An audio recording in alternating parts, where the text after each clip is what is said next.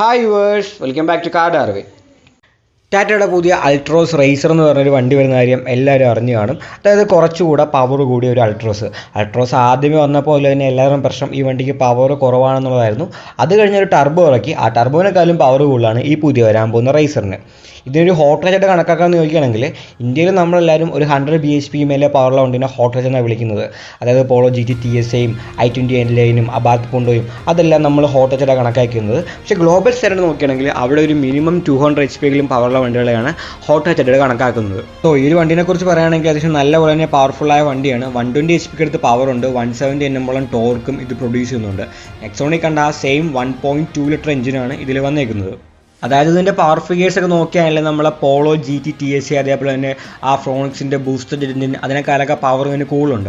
പക്ഷേ ആ ഒരു പെർഫോമൻസ് ഇതിൽ കിട്ടുന്നുള്ള കാര്യം നമ്മൾ കണ്ടറിയണം. കാരണം സുസുക്കിയുടെ എഞ്ചിനോ അല്ലെങ്കിൽ ഫോക്സ്വാഗൻ എഞ്ചിനോ പോലെ ടാറ്റയുടെ എഞ്ചിൻ അതൊക്കെ വേറെ ലെവൽ എഞ്ചിൻ തന്നെയാണ്. പിന്നെ ആ നോക്കുകയാണെങ്കിൽ നമ്മുടെ പോളോയിൽ വന്ന ഗിയർ ബോക്സ്, ആ ഒരു ഡ്യുവൽ ക്ലച്ച് ട്രാൻസ്മിഷൻ അതൊക്കെ വേറെ ലെവൽ പെർഫോമൻസ് വന്നുകൊണ്ടിരുന്നത്. പിന്നെ വെയിറ്റും അൾട്രോസിന് നല്ലപോലെ കൂടുതലാണ്, 1100 കിലോഗ്രാമോളം വെയിറ്റ് വരുന്നുണ്ട്. ബാക്കി പോളോ ആയാലും ഫ്രോണിക്സ് ഒക്കെ ആയാലും ആ ഒരു വണ്ടിയൊക്കെ 1000 കിലോ റേഞ്ചിലെ വെയിറ്റ് വരുന്നുള്ളൂ. വണ്ടി അൾട്രോസ് ഇറങ്ങിയ ടൈം മുതൽ എല്ലാവരുടെയും പ്രശ്നമായിരുന്നു വണ്ടിക്ക് പവർ ഇല്ല, വണ്ടി കയറ്റം കയറുന്നില്ല, അങ്ങനെയുള്ള പ്രശ്നങ്ങളൊക്കെ ഉണ്ടായിരുന്നു. അത് കഴിഞ്ഞാണ് ഒരു ടർബോ മോഡൽ ഇറക്കിയത്.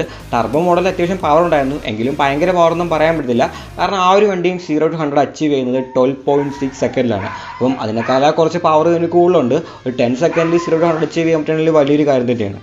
പിന്നെ ടാറ്റ ഇതിൽ 6 സ്പീഡ് മാനുവൽ ഗിയർ ബോക്സും കൊടുക്കുന്നുണ്ട്, ഒരു ഡ്യുവൽ ക്ലച്ച് ട്രാൻസ്മിഷനും കൊടുക്കണമെന്നാണ് പറഞ്ഞത്. പിന്നെ കോസ്മെറ്റിക്കുള്ള ചേഞ്ച് നോക്കുകയാണെങ്കിൽ പുതിയ കളർ വരുന്നുണ്ട്. അതേപോലെ തന്നെ ബോണറ്റിലും റൂഫിലൊക്കെ ഒരു ബ്ലാക്ക് കളർ വരുന്നുണ്ട്, ആ ഒരു വൈറ്റ് സ്ട്രിപ്പുകളൊക്കെ ബോണറ്റിൽ വരുന്നുണ്ട്. പിന്നെ ബ്ലാക്ക് കളറിലെ വീലൊക്കെയാണ് വണ്ടിക്ക് കൊടുത്തേക്കുന്നത്. ഇൻറ്റീരിയേഴ്സ് നോക്കുകയാണെങ്കിൽ ഇൻറ്റീരിയേഴ്സിലും കോസ്മെറ്റിക്കലി കുറച്ച് ചേഞ്ചും കാര്യങ്ങളൊക്കെ വരുന്നുണ്ട്. പിന്നെ പുതിയൊരു 10.2 ഇഞ്ച് ടച്ച് സ്ക്രീനും വരുന്നുണ്ട്. വണ്ടിയുടെ പ്രൈസ് സ്റ്റാർട്ട് ചെയ്യുന്നത് 10 ലാഖിലാണെന്നാണ് പറയുന്നത്. പല ഷോറൂമുകളിലും വണ്ടിയുടെ പ്രീ ബുക്കിങ്ങും ആരംഭിച്ചിട്ടുണ്ടെന്ന് പറയുന്നുണ്ട്. ഈ ഒരു വീഡിയോ ഇഷ്ടപ്പെട്ടെങ്കിൽ ലൈക്ക് ചെയ്യുക, നിങ്ങളുടെ അഭിപ്രായങ്ങൾ കമൻറ്റുകൾ രേഖപ്പെടുത്തുക.